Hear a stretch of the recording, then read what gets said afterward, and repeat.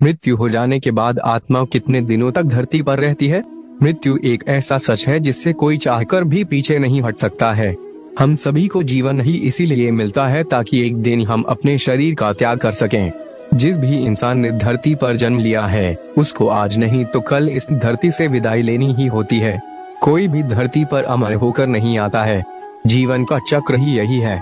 आज जिसका जन्म हुआ है आने वाले समय में वो धरती छोड़कर चला जाएगा। फिर उसको उसके कर्मों के हिसाब से नया जन्म और नया शरीर मिलता है।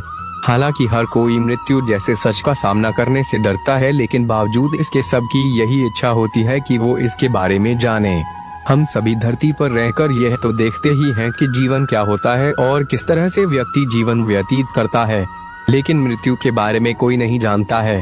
हम सब बस अपनी अपनी एक धारणा बनाए हुए बैठे हैं। ये हम सब जानते हैं कि व्यक्ति के जीवन चक्र की शुरुआत होते हैं बच्चे के जन्म से। बच्चे का जीवन चक्र तभी शुरू हो जाता है जब बच्चा माँ के पेट में रहता है। उसके बाद बच्चे का जन्म होता है जिसे हम सभी अपनी आंखों के सामने देखते हैं। फिर वो बच्चा बड़ा होता है और जीवन जीता है जैसे उसे जीना होता है। इस जीवन में ही वो अच्छे और बुरे कर्म दोनों करता है।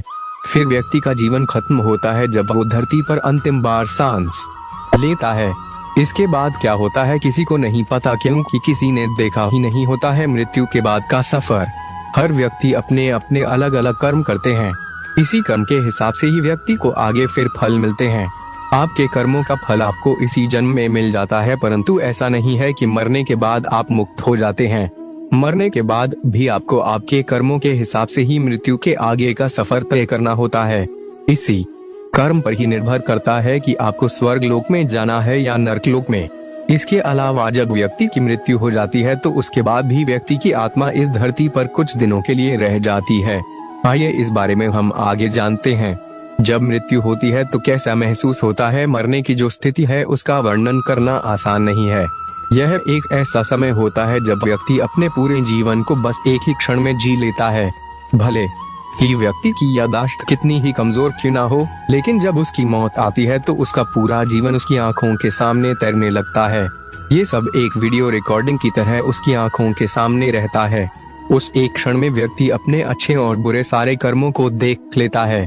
जब व्यक्ति की मौत आती है तो उसकी जितनी भी इंद्रियां होती हैं वो शिथिल होने लगती हैं, लेकिन याददाश्त उसे उसकी सभी पुरानी बातों पर वापस ले जाती है। जो व्यक्ति ने पूरे जीवन में किया होता है वो सारे लेखा जोखा उसकी आंखों के सामने आ जाता है।